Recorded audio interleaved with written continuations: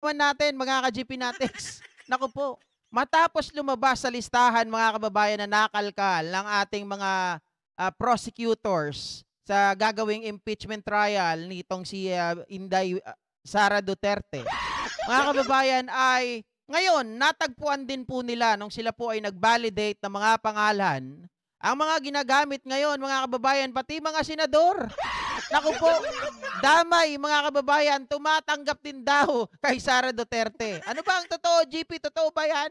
Siyempre, totoo. Pero, ang tanong, mga kababayan, sila ba talaga yon? Yun. Diba? Ito, pakinggan natin.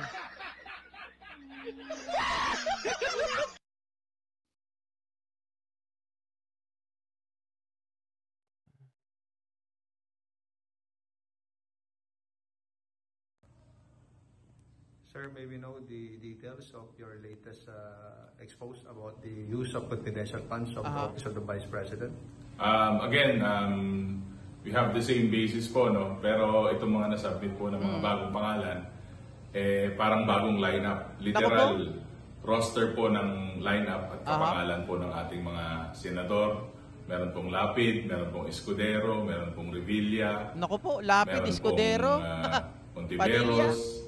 At meron pong Revilla. At Revilla. sa kaapelyedo naman po ng congressman, meron din pong Solon.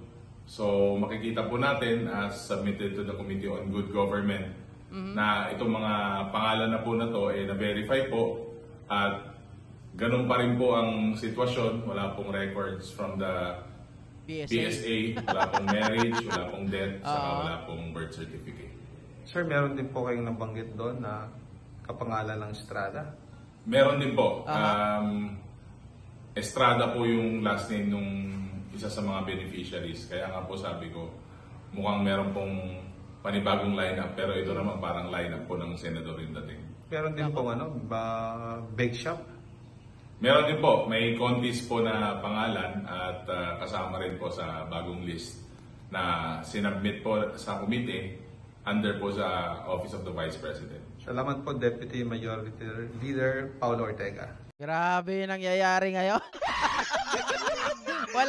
wala nang maiisip na ibang pangalan ng animal, mga kababayan, mga ka-GP Natics, pati mga pangalan ng senador. Idinamahin na ni Sara Duterte. Sabihin siguro ng mga senador, "Oy, nananahimik kami dito, wag mo kami idamay. Baka mamaya masira kami."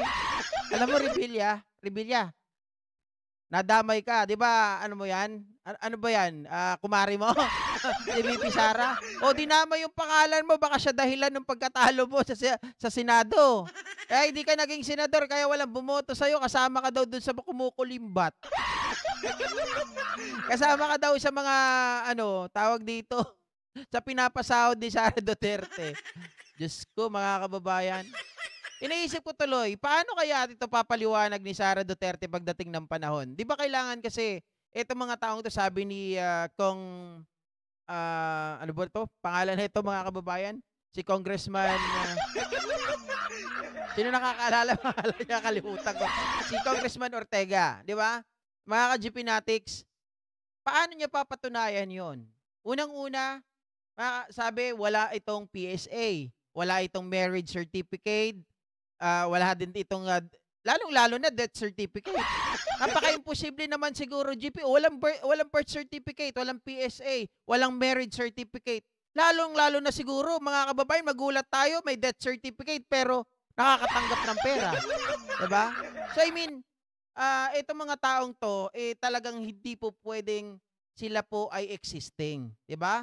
Pero, sasabihin nila, Sara, ano yan? Dummy account lang yan, dummy name lang yan. Pero guys, paano nila mapapatunayan yung mga tao na nasa likod ng mga pseudonym na yon? Diba? Paano nila ito? Kailangan kasi meron dyan mag-reflect na tao kada isa eh. Ano to, pagdating po ng trial, may lalabas, ako po si Mary Grace Piato. Ito po yung pirma ko. Ang problema, doon sa stroke ng pirma, halos lahat ng pangalan, Kokoy Villamin, 'di ba? Asim Di Jugs. Lahat 'yun, parang iisang tao lang yung pumirma, yung stroke nila halos pare-parehas. Hindi, Ma'am Lori, pwede ang dummy name. Pwede ang pseudonym. Kaya lang ang pseudonym, pag ikaw ay magsasubmit na ng pangalan, dapat nandoon na yung mga pangalan talaga na totoo.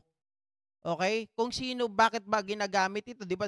Ang sabi, ito ay ginagamit sa merong kinalaman sa national security. So dapat wag tawag dito, i-divulge yung kanilang pangalan. So therefore, dapat upon submitting the document na itong pseudonym, may kasama ito na totoong pangalan. 'Di ba? Para pag hinanap, mga kababayan, ayan, ito yung tunay na pangalan niya, may lalabas mo kaagad. Sa kanila, pinanindigan. Akala siguro nila, walang maghahalungkat. Akala siguro nila, mga kababayan, ay hindi mahagilap yung mga dokumento at yung mga kabalbalan nilang mga fake na pangalan.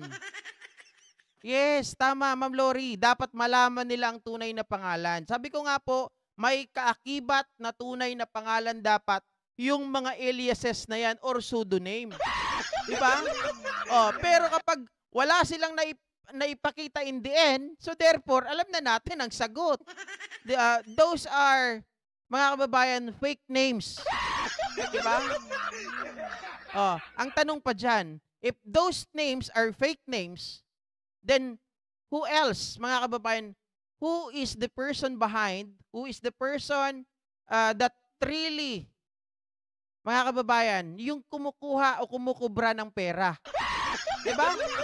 Kung ito ay hindi tunay na tao, syempre hindi nga tunay na tao yan. Walang PSA, walang marriage certificate, walang death certificate. Sino ang kumukubra ng pera? Yun ang tanong dyan eh. Hindi naman pwedeng kumubra si Tito Soto na hindi siya yun. Alias lang. At dahil fake yun, dahil wala silang makitang tao na tawag dito, mga kababayan, magpapatibay na siya yun, yung binigyan na pangalan na Tito Soto, sino ang tumatanggap? Saan napupunta? Diba? Sino po ang nakikinabang?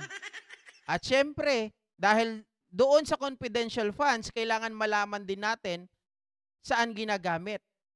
Ano ang pinaggamitan? Kaya bang sagutin yon?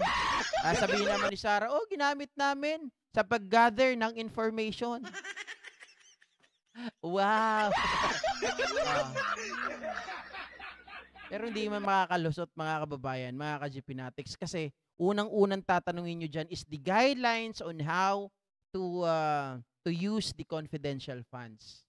Diba? Nakalagay yan doon. Kahit yung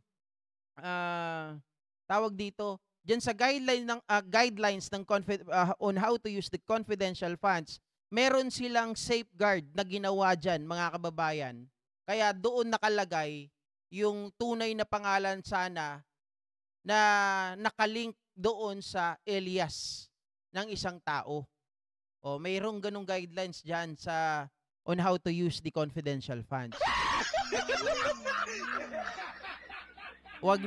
Wag nang i-trial, impeach nyo lang. Hindi pwedeng ganon. Kasi sa Pangulo naman natin dito sa administrasyon na to, mga kababayan, yes, ang impeachment trial is a political process, but then again, ito pa rin ay dadaan sa due process. Kung ito ba ay dapat impeached, depende po sa bigat ng aligasyon, depende sa bigat ng ating mga dokumento o ng lahat ng mga patunay against Sara Duterte. 'Di ba, Joel Tagbar?